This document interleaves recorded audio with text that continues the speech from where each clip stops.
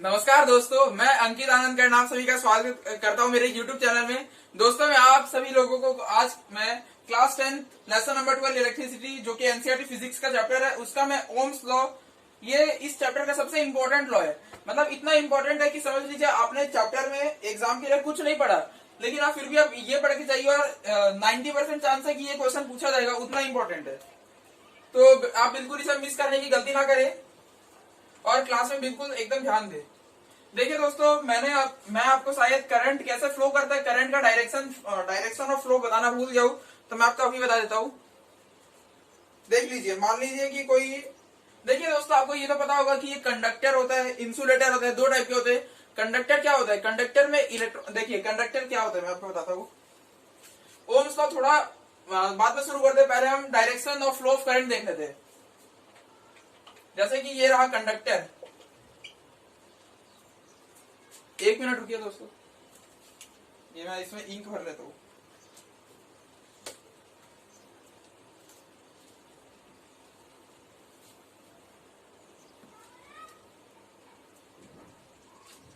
एक मिनट रुकिए।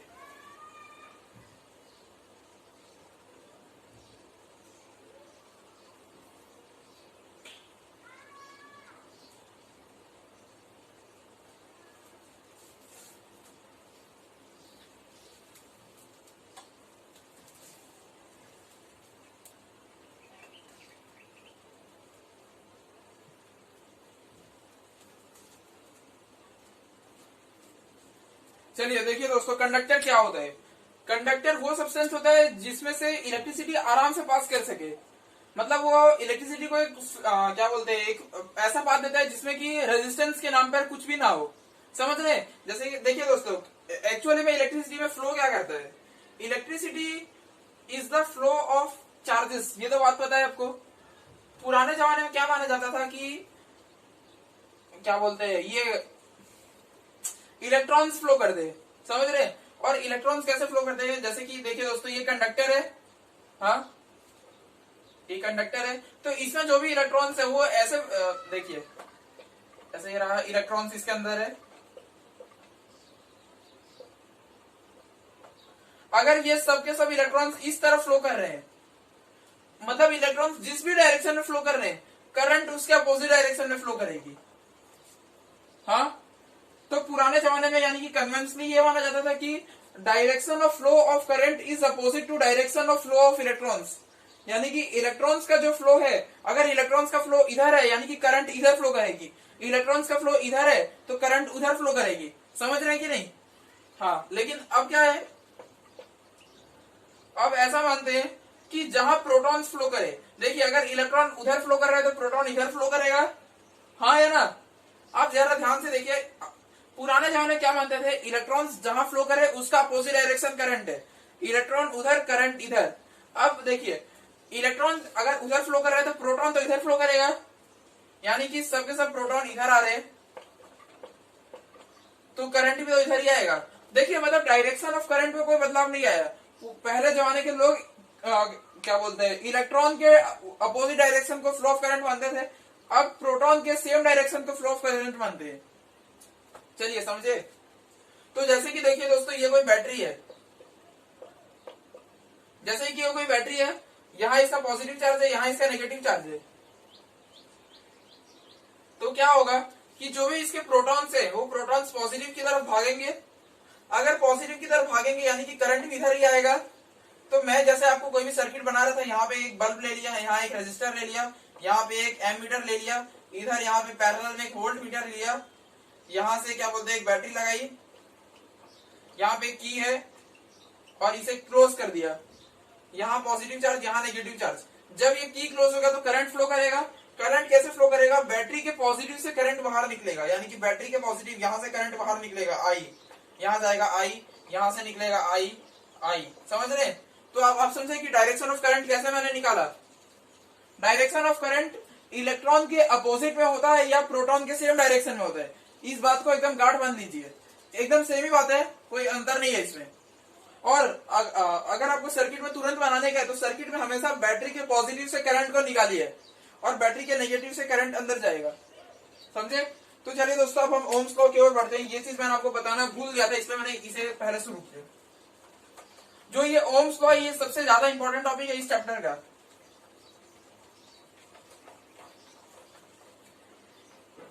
देखिए ओम्स लॉ पहले बोलता क्या है। ओम्स लॉ का डेफिनेशन भी डायरेक्ट पूछा जाता है कि एग्जाम में स्टेट ओम्स लॉ करके, या फिर state and derive Ohm's law. तो ओम्स लॉ का डेफिनेशन क्या है? एट कांस्टेंट टेम्परेचर, मैं आपको इस डेफिनेशन का एक्चुअल मीनिंग समझाऊंगा।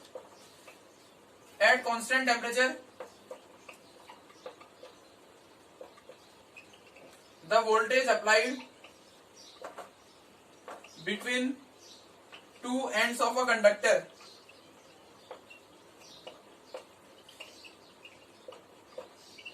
इज, आप इसे जरूर नोट डाउन कर लीजिए, directly proportional to the current flowing through it.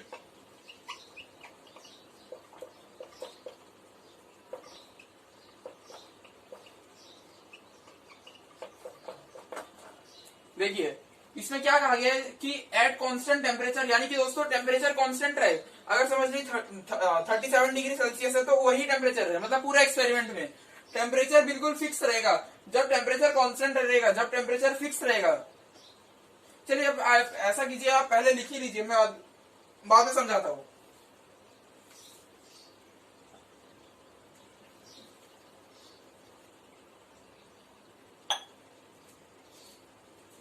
Ohm's law के बाद अभी हमारे कितने 4 वीडियोस और बचे इस लेसन के।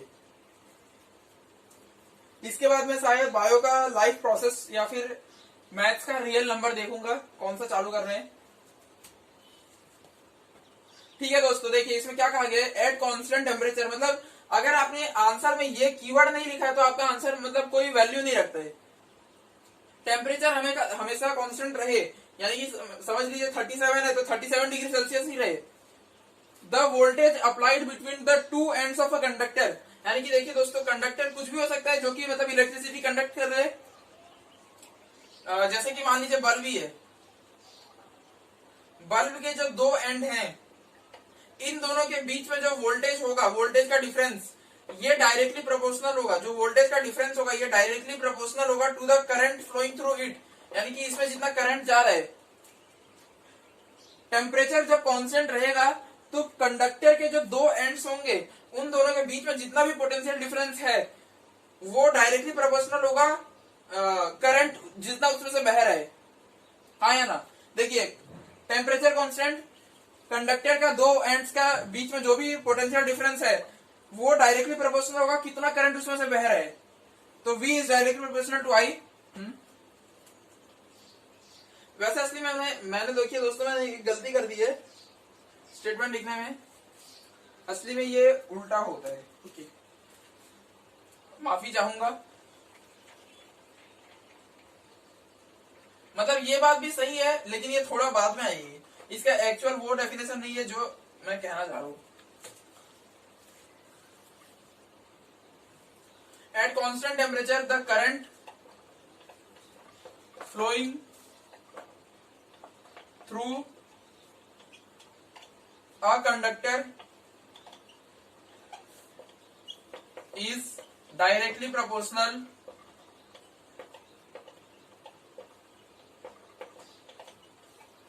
to the potential difference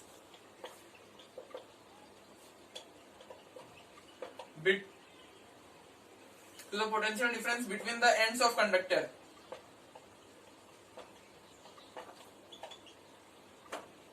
देखिए ओम्स लॉ एक्चुअल में ये डेफिनेशन है।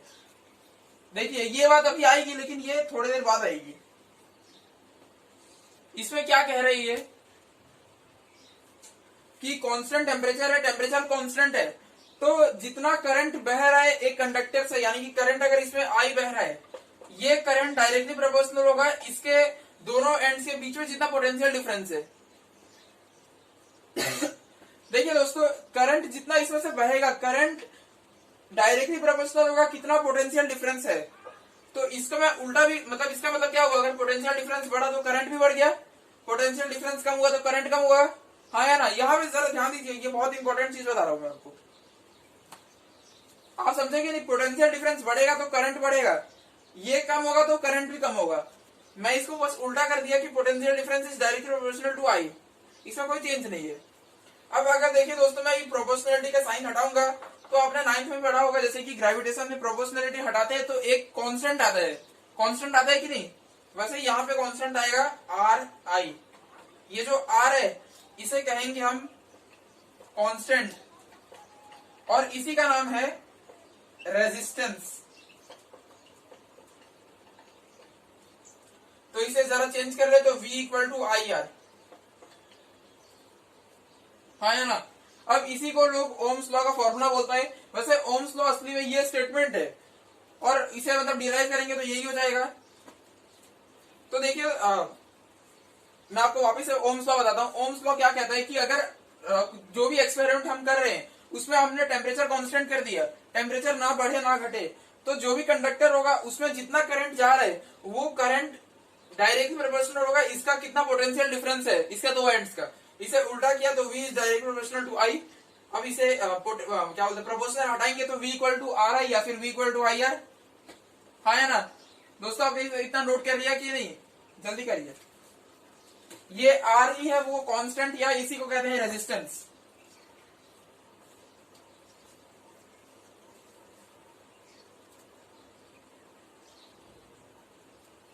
अब इसके बाद आपको वेरिएबल और फिक्स रेजिस्टेंस के बारे में समझ में आएगा, जो मैंने आपको इसके पिछले वीडियो में बताया था। उस टाइम आपको इतना अच्छे से समझ नहीं आया होगा, एक बार रेजिस्टेंस का डेफिनेशन आ जाए उसके बाद आपको जरूर समझ आएगा।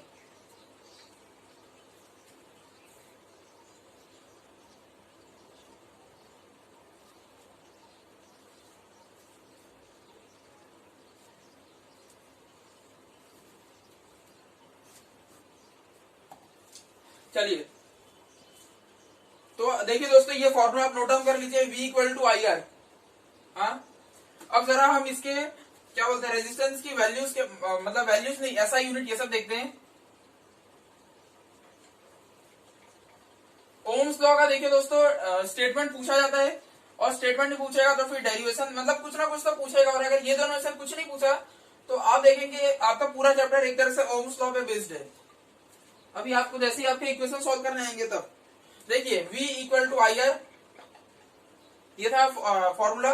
तो इसका R क्या होगा, R होगा V बाई आई। V क्या है, वोल्टेज, वोल्ट्स, हाँ। I क्या है, एम्पियर। तो देखिए दोस्तों, जो R हुआ, R का क्या मतलब, R की यूनिट क्या हुई, वोल्ट पर एम्पियर, या इसे हम कहते हैं ओम, OHM। इसका सिंबल होता है ये एक ग्रीक लेटर है। ग्रीक लेटर मतलब जो ग्रीक लेटर है उसमें इसका नाम है ओमेगा। इस लेटर का नाम है ओमेगा, और यही सिंबल को हम कहते हैं ओम। जैसे कि मान लीजिए कि कोई भी कंडक्टर है जिसका क्या बोलते हैं पोटेंशियल डिफरेंस है 10 वोल्ट, और उसमें से करंट बह रहा है 2 एम्पियर, तो इसमें कितना हुआ, रेजिस्टेंस 5 ओम। समझे कि नहीं, वही चीज है। अब देखिए रेजिस्टेंस का फॉर्मूला आया V बाई आई। हाँ, अब देखिए दोस्तों, मैं आपको एक चीज कहना चाहता हूँ, रेजिस्टेंस एक क्या बोलते हैं इंट्रिंसिक प्रॉपर्टी है, यानी कि कौन सा सब्सटेंस कितना रेजिस्टेंस देगा वो इस बात पे डिपेंड नहीं करता कि उसके अक्रॉस पोटेंशियल कितना है और उसमें करंट कितना जा रहा है।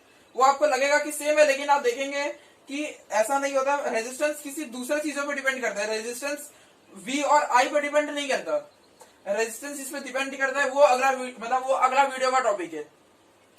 अभी आप इतना समझे कि नहीं, ये ओम्स लॉ का formula V equal to I R, resistance का फॉर्मूला V बाई आई, और इसका हमने यूनिट निकाला तो वोल्ट पर एम्पियर को हम लिखते हैं ओम। ये जो सिंबल है इसका नाम है, ये ग्रीक लेटर है जिसे कहते हैं ओमेगा, और इसी को यूज करते हैं। मैंने आपको एक एग्जांपल दिया कि अगर 10 वोल्ट है 2 एम्पियर है तो रेजिस्टेंस हो गया 5 ओम। हाँ, तो देखिए दोस्तों, आप ये नोट कर लीजिए, ये फॉर्मूला ओम्स लॉ का, और ये इसका क्या बोलते हैं ऐसा यूनिट रेजिस्टेंस का है ओम, OHM। नोट कर लिया दोस्तों। तो अब मैं इसके कुछ क्या बोलते हैं एग्जाम्पल्स ही है ना, हाँ इसके 2-3 एग्जाम्पल्स है वो देखते हैं। 2-3 नहीं लगता है, 4 एग्जाम्पल्स है। हाँ 4 एग्जाम्पल्स है, एक ग्राफ भी है, एक ग्राफ का क्वेश्चन भी है इसमें। और इसमें दोस्तों ग्राफ का क्वेश्चन पूछा जाता है, हाँ, मैं आपको एक चीज बताना भूल गया, ये थियरी का पार्ट है। देखिए, हमने लिखा था I is directly proportional to V। हाँ यार, यही तो ओम्स लॉ का एक्चुअल डेफिनेशन है। यहाँ पे देखिए, तो देखिए दोस्तों, अगर आपसे ओम्स लॉ का डेफिनेशन पूछा जाए तो आप इसमें ग्राफ भी बना दीजिएगा। ग्राफ में आपको I को यहाँ पे रखना है, करंट को, जो कि एम्पियर में नापा जाएगा, और वोल्टेज को यहाँ पे रखना है, वोल्ट्स, मतलब वोल्टेज V। अगर आप दोस्तों I और V का एक ग्राफ बनाएंगे तो वो हमेशा ओरिजिन से स्टार्ट होगा और ऐसे स्ट्रेट लाइन जाएगा, स्ट्रेट लाइन जाएगा। ये एक कैरेक्टरिस्टिक ग्राफ है, मतलब अगर आपको ऐसा कोई ग्राफ मिले I और V का, तो ये समझ लीजिए ये ओम्स लॉ का ग्राफ है। और ये भी ग्राफ, मतलब आपको ऐसा, अभी आपको लग रहा होगा कि क्या बोलते हैं, देखिए मैं आपको इसे एक्चुअल में बताता हूँ इसका क्या मतलब है। जैसे कि मान लीजिए मैंने वोल्टेज लिया, क्या बोलते हैं, 10 वोल्ट लिया, तो 10 वोल्ट मान लीजिए यहाँ पे, तो 10 वोल्ट का एक करंट होगा यहाँ वाला। अब मैंने देखिए दोस्तों 20 वोल्ट लिया, 20 वोल्ट यहाँ पे, तो आप देखेंगे जब 20 वोल्ट लिया तो करंट भी बढ़ गया है। करंट पहले इतना था, अब इतना हो गया। मैंने मान लीजिए 30 वोल्ट लिया, तो 30 वोल्ट का करंट कुछ ज्यादा होगा। मतलब समझ रहे हैं, जैसे जैसे वोल्टेज बढ़ रहा है वैसे वैसे करंट बढ़ रहा है। वही चीज, मतलब डायरेक्टली प्रोपोर्शनल का मतलब ही होता है कि वोल्टेज बढ़ाओ करंट बढ़ेगा, वोल्टेज घटाओ करंट घटेगा। तो ये ओम्स लॉ का ग्राफ है, कैरेक्टरिस्टिक ग्राफ, इसे भी जरूर ड्रॉ कीजिए। आपको 10th का पहला प्रैक्टिकल भी यही है ओम्स लॉ का, मतलब आप जब लैब में जाएंगे तो उसमें आपको यही करवाया जाएगा कि एक सर्किट में करंट और वोल्टेज नापा जाएगा I और V। बाद में आपको बोलेंगे ग्राफ बना हुआ, आप देखेंगे वो ग्राफ बिल्कुल स्ट्रेट लाइन आएगी। और मैंने एक क्वेश्चन भी रखा है इस से एग्जाम्पल में, जो कि अभी हम सॉल्व भी करेंगे। तो आप पहले ये ग्राफ बना लीजिए।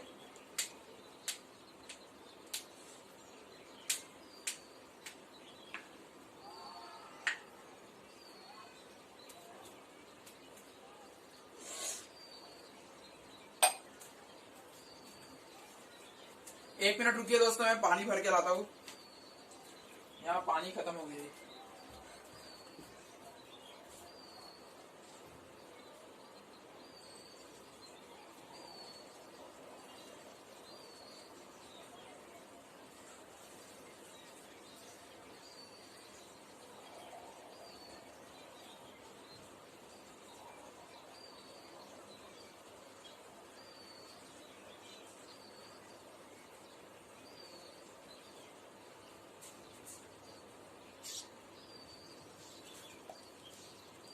चलिए मैं ले आया हूँ अपना पानी।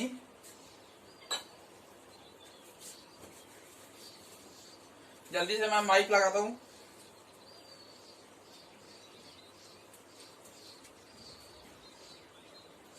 चलिए, तो आपने ये ग्राफ बना लिया। अब मैं इसके डायरेक्ट एग्जांपल्स पे आता हूँ। आप जब तक एग्जांपल्स नहीं करेंगे तब तक आपको एक्चुअल में ये थियरी समझ नहीं आएगी। या आप ये फॉर्मूला देख लीजिएगा, V equal to I R, resistance का ऐसा यूनिट है ओम्स। ये ग्राफ बहुत इंपॉर्टेंट ग्राफ है ओम्स लॉ का।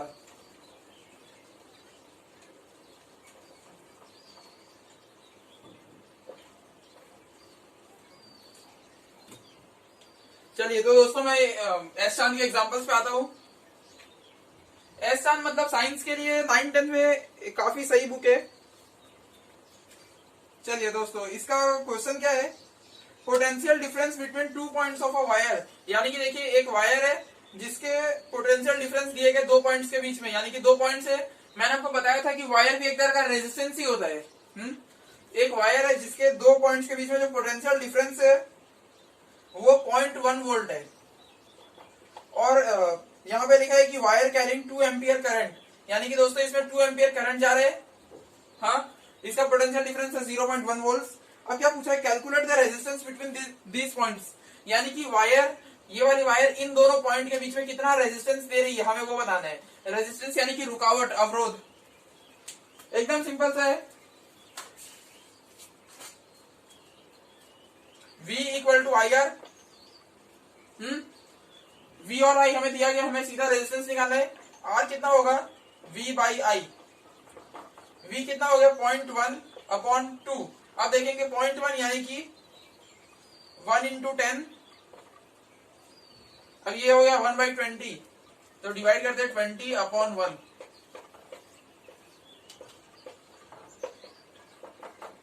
तो देखिए दोस्तों दोस्तों रेजिस्टेंस आ गया 0.05 ओम्स।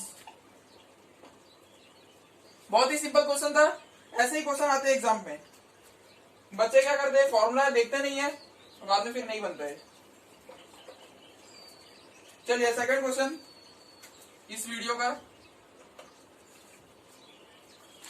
सेकंड क्वेश्चन में क्या है,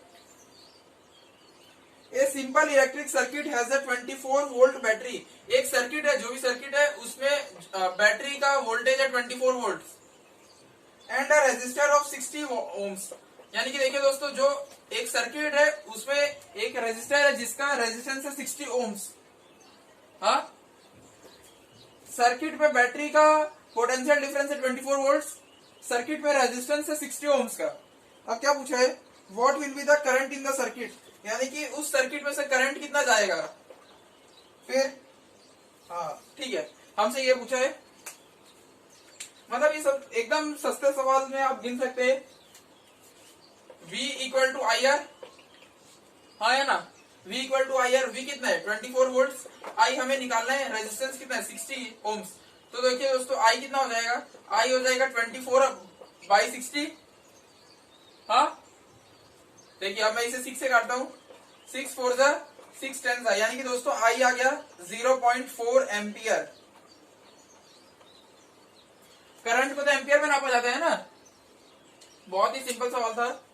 पिछले वाले में हमें हमसे रेजिस्टेंस पूछा था, इस बार हमें करंट पूछा है। इसलिए बोल रहा हूँ कि इस चैप्टर में फॉर्मूला के एक अपना ही वेटेज होता है।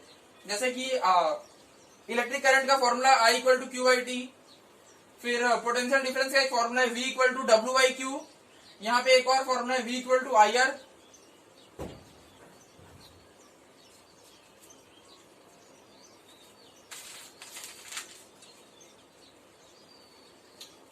देखिए दोस्तों, मैं आपको एक और चीज थियरी का बता दूं, थियरी पार्ट का, कि कोई भी चीज का रेजिस्टेंस नहीं बदल सकता। रेजिस्टेंस मतलब बदलता है, वो वेरिएबल रेजिस्टेंस में बदलता है, लेकिन ऐसे जैसे कि समझ लीजिए कि कोई बल्ब मैंने खरीदा, तो ये बल्ब का जो भी रेजिस्टेंस होगा वो रेजिस्टेंस हमेशा फिक्स हो गया उसके लिए।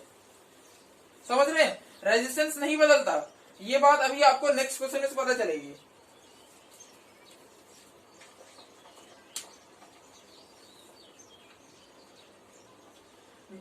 आप ऐसा मान सकते हैं जैसे कि रेजिस्टेंस एक इंट्रिंसिक प्रॉपर्टी है।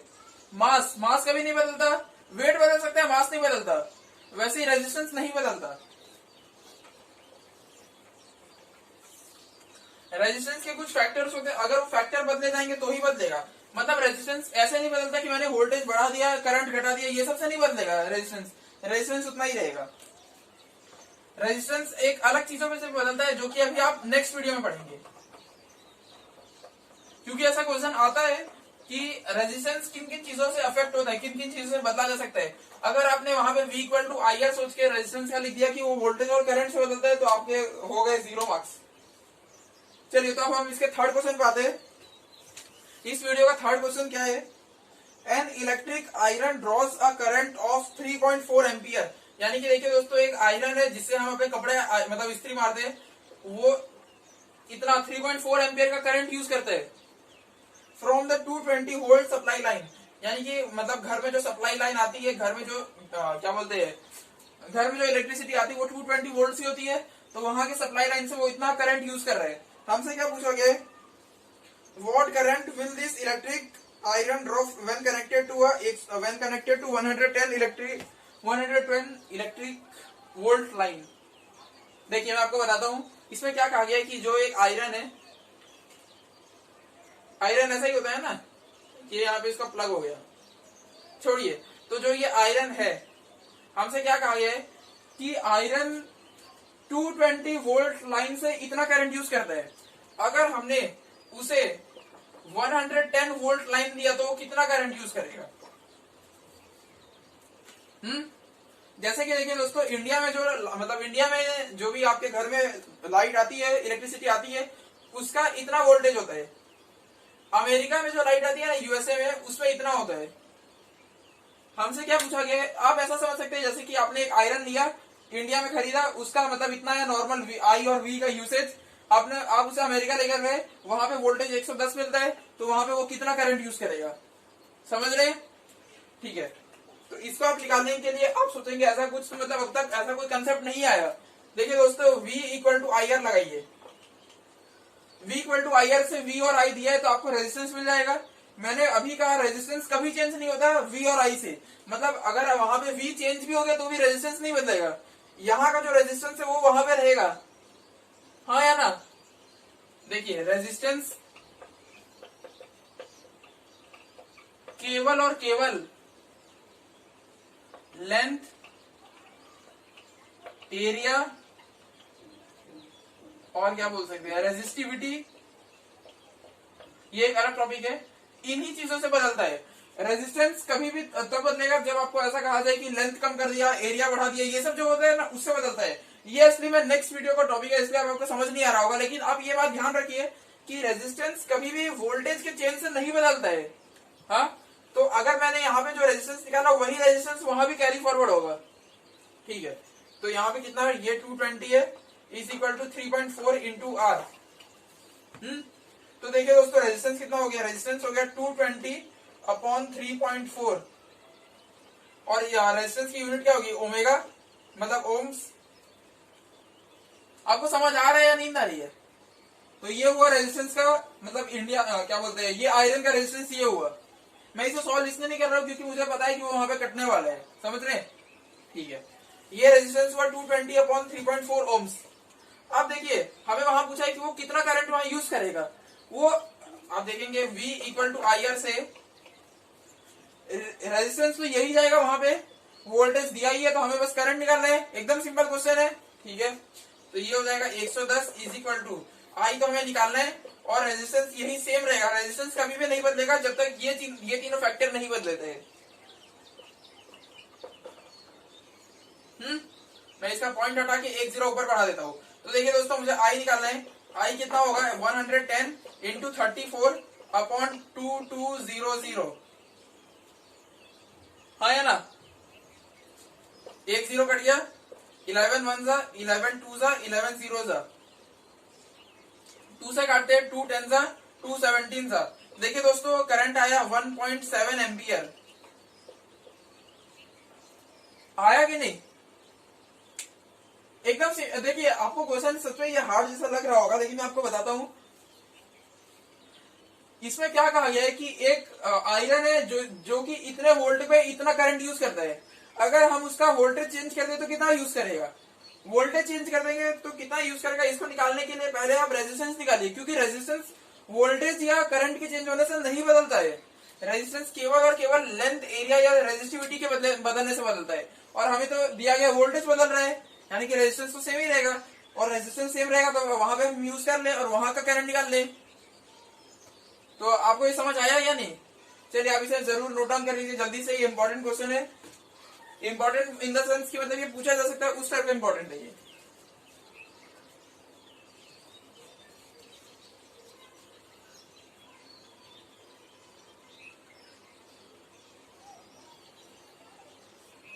और ये जो मैं आपको कह रहा हूँ लेंथ, एरिया, रेजिस्टिविटी, ये आपको मतलब नेक्स्ट वीडियो में, नेक्स्ट ये ना 1 मिनट में देखता हूँ, हाँ हाँ नेक्स्ट ये factors on which resistance depends. तो फैक्टर्स जो है जिसपे रेजिस्टेंस डिपेंड करता है वो ये फैक्टर है, और आपको इसका एक्चुअल मतलब नेक्स्ट वीडियो में समझ आएगा। तब तक आप ये एग्जांपल नोट डाउन कर लीजिए जल्दी से।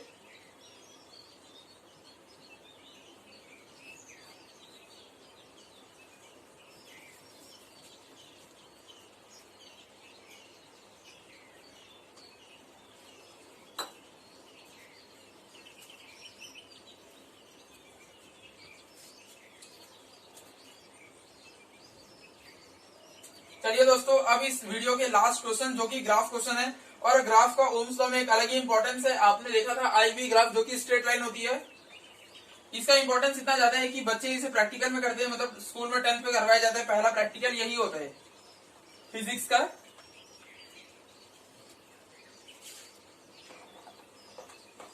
अब वही ग्राफ क्वेश्चन आ गया, ग्राफ वाले क्वेश्चन भी आपके एग्जाम में शायद पूछे जा सकते हैं, ऐसा कुछ नहीं है।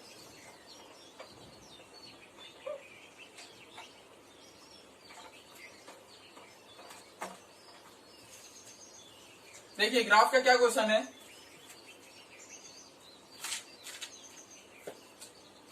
The values of current I flowing through a coil for the corresponding values of the potential difference across the coils are shown below. यानी कि हमने क्या किया कि एक सर्किट में कॉइल है जिसमें से कितना करंट यू मतलब फ्लो कर रहा है आई एम्पियर और उसका वोल्टेज वी वोल्ट, वो हमने नोट डाउन किया है। जैसे मैंने आपको कहा कि आप अपने क्या बोलते हैं प्रैक्टिकल में भी यही करेंगे, एम मीटर से उसका करंट नोट करेंगे, वोल्ट मीटर से उसका वोल्टेज नोट करेंगे। तो इसे नोट करके दिया गया है 0.05 एम्पियर और इसका वोल्टेज है करस्पॉन्डिंग वोल्टेज है 0.85 वोल्ट। फिर 0.10 तो यहाँ पे है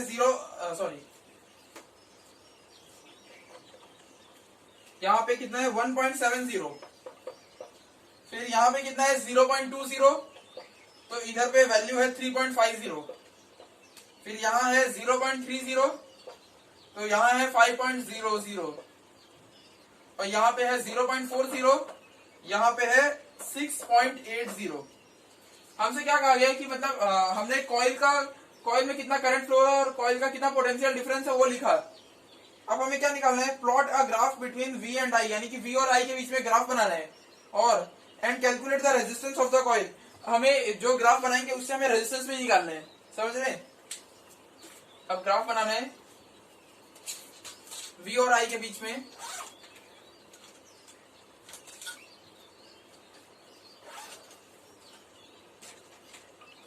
मैंने आपको बताया था कि V यहाँ पे x एक्सिस में आती है और I यहाँ पे y एक्सिस में आती है। I एम्पियर में लिया जाएगा जो कि दिया हुआ ही है और V वोल्टेज में। देखिए I कितने 0.05, 0.10, 0.20, 30, 40। तो मैं क्या करता हूँ यहाँ ले लेता हूँ 0.10, 0.20, 0.30, 40 तक लिया है 0.40। मतलब मैंने 1 सेंटीमीटर लिया है कितना 0.20 होगा ना, हाँ 0.1 एम्पियर। और यहाँ पे 0.85, 1.70 ये सब है। तो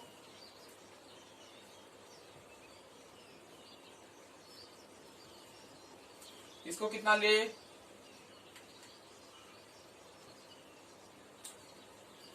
इसको 0.85 ले लेते हैं, 0.85। फिर यहाँ पे 1.70, यहाँ पे कितना होगा 0.85 से 1.70 कितना होता है 0.85 आगे हुआ ना, तो 1.70 में 0.85 और आगे ले लेता हूँ 2.55 कुछ आ रहा है इसमें। फिर 0.85, 3.40 और बाद में यहाँ पे कितना 3.40 में और जोड़ेंगे तो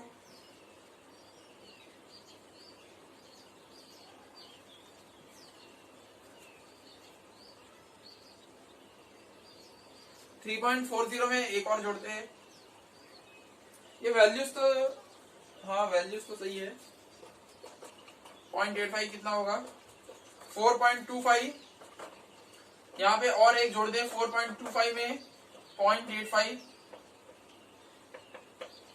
5.10।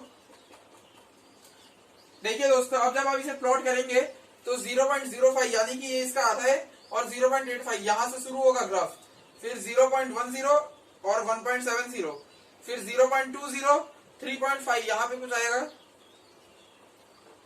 देखिए मैं यहाँ पे क्योंकि स्केल से नहीं बना रहा हूं, लेकिन देखिए दोस्तों आप जब बनाएंगे तो आप देखेंगे ये स्ट्रेट लाइन बनती है। हाँ ऐसा बनती है। अब मतलब हमने प्लॉट कर दिया, मान लीजिए प्लॉट हो चुका है। हाँ अब हमें क्या निकालना है, अब हमें रेजिस्टेंस भी निकालना है इसका। वैसे इस टाइप का क्वेश्चन पूछा तो नहीं जाएगा मेरे हिसाब से, ग्राफ वाला क्वेश्चन पूछते नहीं, ग्राफ वाला थियोरेटिकल आता है, प्लॉट करने का भी नहीं आता। तो चलिए मैं आपको इसका कंसेप्ट समझाना चाहता हूँ। हमने एक ग्राफ बनाया जो कि स्ट्रेट लाइन बना। अब हमें इसमें एक और चीज निकालना था कि रेजिस्टेंस निकालना है कॉइल का। तो देखिए दोस्तों V equal to I R, अगर हमें रेजिस्टेंस निकालना है यहाँ पे देखिए तो रेजिस्टेंस क्या होगा V बाई आई।